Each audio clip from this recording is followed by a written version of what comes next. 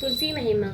कार्तिक मास में जो भक्त नित्य स्नान करके पवित्र होकर कोमल तुलसी दल से भगवान विष्णु की पूजा करते हैं वह निश्चय ही मोक्ष पाते हैं। पूर्व काल में भक्त विष्णुदास भक्ति पूर्वक तुलसी पूजन से शीघ्र ही भगवान के धाम को चला गया और राजा चोल उसकी तुलना में गौड़ हो गए। तुलसी से भगवान की पूजा पाप का नाश, पुण्य की वृद्धि कराने वाली है। अपनी लगाई हुई तुलसी जितनी ही अधिक की वृद्धि करने वाली है। अपनी लगाई हुई तुलसी जितनी ही अपनी जड़ को फैलाती है उतनी ही सहस्त्र युगों तक मनुष्य ब्रह्मलोक में प्रतिष्ठित रहता है। यदि कोई तुलसी मिले जल में स्नान करता है तो वह पाप मुक्त होकर धन्य हो जाता है। जिसके घर में तुलसी का पौधा विद्यमान है उसका घर तीर्थ के समान है, वहाँ यमराज के दूत नहीं जाते। जो मनुष्य तुलसी का संयुक्त गंध धारण करता है कोई पाप उसके शरीर का स्पर्श नहीं करते। जहाँ तुलसी वन की छाया हो वहीं पर पितरों की तृप्ति के लिए श्राद्ध करना चाहिए। जिसके कान में, मुख में और मस्तक पर तुलसी के पत्ते की छाया निशानी दिखाई देती है तो उस पर प्रेत की छाया नहीं पड़ सकती। आदिकाल में हरिमेधा और सुमेधा नामक दो ब्राह्मण थे। वे जाते जाते किसी दुर्गम वन में परिश्रम से व्याकुल हो गए। वहां उन्होंने इस स्थान पर तुलसी दल देखा। सुमेधा ने तुलसी का मान वन देखकर उसकी परिक्रमा की और भक्ति पूर्वक प्रणाम किया। यह देख मरिमेधा ने पूछा कि तुमने अन्य सभी देवताओं व तीर्थ व्रतों के रहने तुलसी वन को प्रणाम क्यों किया?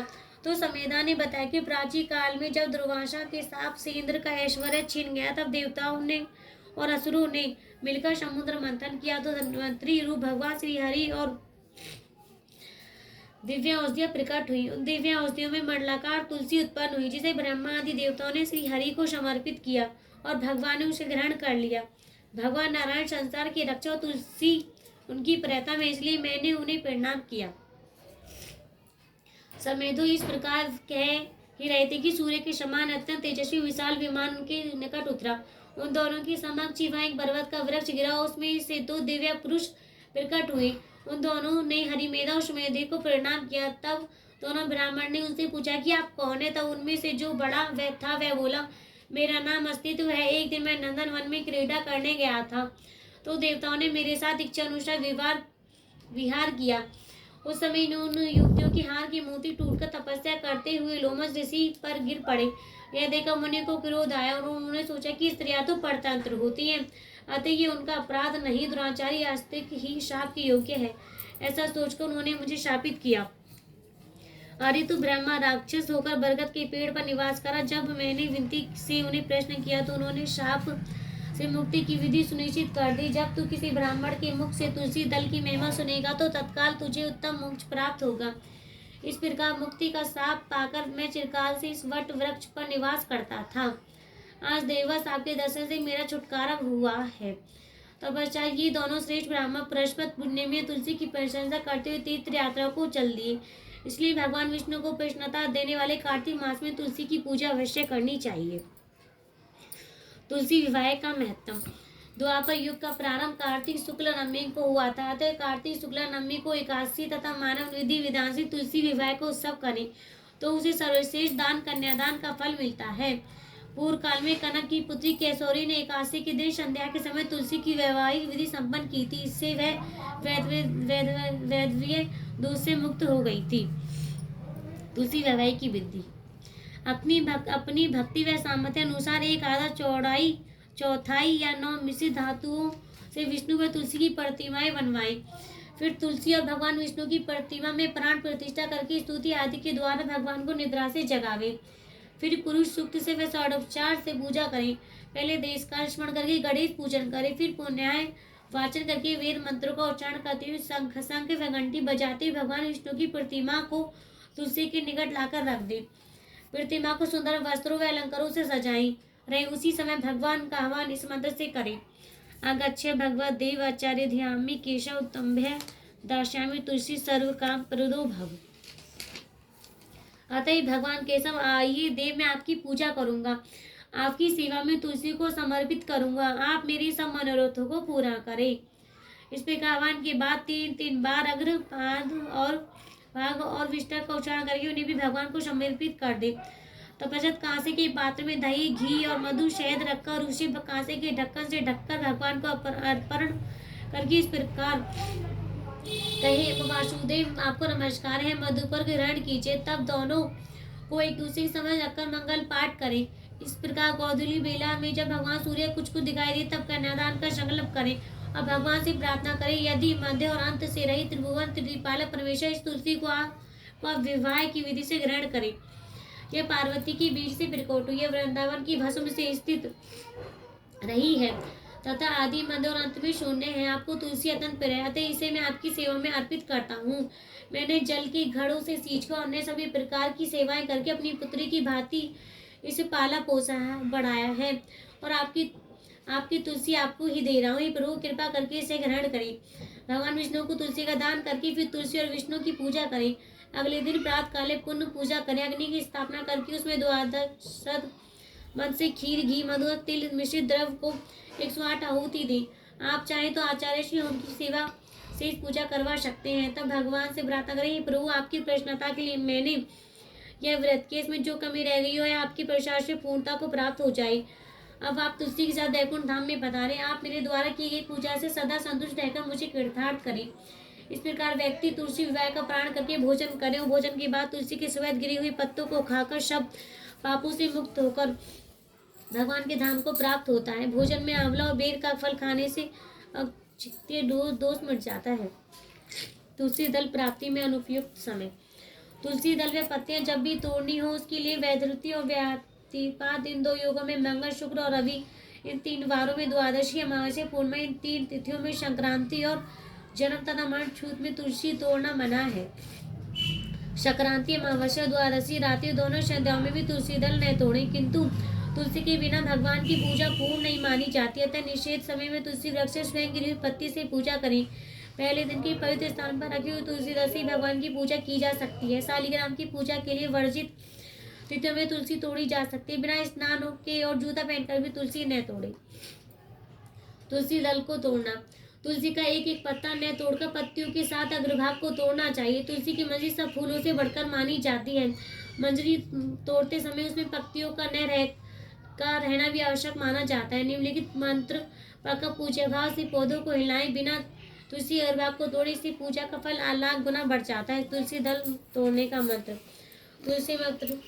तुलसी मंत्र जन्मासी सदा सब केशव प्रिया चिनोमी केशव श्याम वर्ता भाव शोभने तत्व संभवे पत्रे पूज्यामि यथा हरि में तथा कुरु पवित्रा में कलो मल विनाशनी। तुलसी 40। जय जय तुलसी भगवती सत्यवती सुखदायिनी नमो नमो हरिप्रेयसी श्री वृंदा गुड़ खानी जय नंदनी था जग पूजिता विश्व पावनी देवी जयति पुष्प सारा सुरभि देहु अमर व अम्ब सिरे शीश ब्राजनी देहु अमर वरम जनि ते वृंदावनी अब जनि करु विलंब। धन्य धन्य श्री तुलसी माता महिमा आगम सदा श्रुति गाता हरों के प्राणों से त्यों प्यारी खेरु किनो तप भारी अस जब प्रश्न है दर्शन दीनो तप पर जोरी बिने अस कीन्यो है भगवंत कंत महमूद दीन जानी चंद छाड़ी चोर श्री लक्ष्मी तुलसी की वानी दिनो शाप विरोध परानी असहयोगी वर मांगन हारी आओ विटुप्तम जड़ तनु धारी सुनु तुलसी त्राप्यो तिठाम करो भास तुम नैचम धाम दियो वचन हरि तब तत्काल सुनु सुमुखी हनु बिहाला समय पाई रि वो पति तोरा पूजी आस वचन सतमोरा तब गोकुल ने गोप सुदामा तासु भई तुलसी तु भामा कृष्ण दास लाला की माई राधे शक्ति प्रेम लखी नाई दियो शाप तुलसी तत्काला न लोकी तुम जानो बाला भय गोप व दानव राजा संग नाम शिरताजा तुलसी भई तासु की नारी परम सती रूप गुण रूप अगारी असदे कल्प गीत तब गेहु कृप तृत्य जन्म तब भेव वरंदा नाम भैव तुलसी को असुर जलंधर नाम पति को करियति द्वंद्व बलधामा लीने शंकर से संग्राम चौनी तुने सेने सवित सिहारी मरी ने तब हरि पुकारे पति व्रता वृंदा तिनारी को उन सके पति गंगहारी तब जलंधर भेष बनाई वृंदा डी हरि पहुंचे जाई शिव हतली हर करी कपट प्रसंगा कियो सतीत्व धर्म ते भंगा वह जलंधर का श्रृंगार सुनी वृंदा अशोक अपार दिए क्षणादि कपट हरिटारी लिखी वृंदा दुख गिरा उचारी जलंधर सत्य और भीतर सुई रावण वे हरि शीतम अस्पृष्टा सम हृदय तुम्हारा धन कड़ी पति श्रृंगारा यही कांडली श्राप मारो तनु पाषाण तुम्हारा सुनी त्रुटि वचन उचाई दियो शाप तुम बिना ऊंचाई लख्यो निज करतूत पति को चलन जय और पार्वती को जड़मती दू जैसी जड़ रूपा जग में तुलसी विटप अनुपा धरो रूपम शालिग्राम नदी गंडकी बीज नाम जो तुलसी दल में चढ़ावे सब शुभ परम पावे बिनु तुलसी यदि जल शरीरा तिस उड़स चीस हरि पीरा जो तुलसी दल हरि श्री धाव जो शब्द कट अमर डाल तुलसी हरि मन रंजनी हारी रोग दोष दुख रंजनी हारी प्रेम रंजनी हारी प्रेम से धरि भजत निरंतर तुलसी राधा में नहीं अंतर व्यंजनो 56 प्रकार बिंदु तुलसी दल हरि प्यारा सकल तीर्थ तुलसी तरु चाहिए लहत मुक्ति जन संशय नाई की भूष कवि सुंदरी का हरि गुण गावत तुलसी निकट सहज गुण पावत दगस निकट दुर्वासा धामत जो पर्याप्ति पूर्व ललाम पाठ करी जो नित्य नारी होई सुखी भाषी त्रिपुराई दुआ तुलसी 40 पढ़ी तुलसी तरु गृह धारी दीप दानी करी पुत्र फल बांधी बंधु नारी सकल दुख दरिद्र हारी हारे व्यव परम प्रश्न अतिशय धन जन लही ग्रह बसे पूर्णान लय विमत फल जगत में लही पूर्ण सब काम जय अर्पित तुलसी ते सहस भसी धरी धाम तुलसी महिमा नाम लख तुलसी सुख सुखरास मान 40 रचो जग में तुलसीदास। जय श्री कृष्ण। आरती कर लेते विष्णु जी की और तुलसी माता की चलिए। ओम जय जगदीश हरि स्वामी जय जगदीश हरि भक्ति जन संकट क्षण में दूर करे। ओम जय जगदीश हरि जोधा हमें पावे दुख विन से मन का स्वामी दुख विन संपत्ति घर आवे कष्ट मिटे तन का। ओम जय जगदीश हरि मात पिता तुम मेरे शरण कहूँ मैं किसी शरण कहूँ मैं किसी की तुम बिने और न दूजा आस करूँ मैं जिसकी। ओम जय जगदीश तुम पुराण परमात्मा तुम्हें अंतर्यामी स्वामी यामी पार ब्रह्म परमेश्वर तुम सबके स्वामी। ओम जय जगदीश तुम करुणा के सागर तुम पालन स्वामी तुम पालन करता मैं मूरख खल कामी कृपा करो भरता। श्री हरे तुम हो एक अंगोचर सबके प्राणपति स्वामी सबके प्राणपति किस विध मिलूं दया में तुमको मैं कुमति। ओम जय जगदीश दीन बंधु दुख हरता तुम रक्षक मेरे स्वामी रक्षक में अपने हाथ उठाओ द्वार पड़ा तेरे। ओम जय जगदीश विषय विकार मिटाओ पाप हरो देवा स्वामी कष्ट हरो देवा श्रद्धा भक्ति बढ़ाओ श्रद्धा प्रेम बढ़ाओ संतन की सेवा। ओम जय जगदीश हरि जय जगदीश की आरती जो कोई नर गावे स्वामी प्रेम सहित गावे कहत शिवानंद स्वामी सुख कहत शिवानंद स्वामी सुख संपत्ति पावे। ओम जय जगदीश विष्णु भगवान की जय।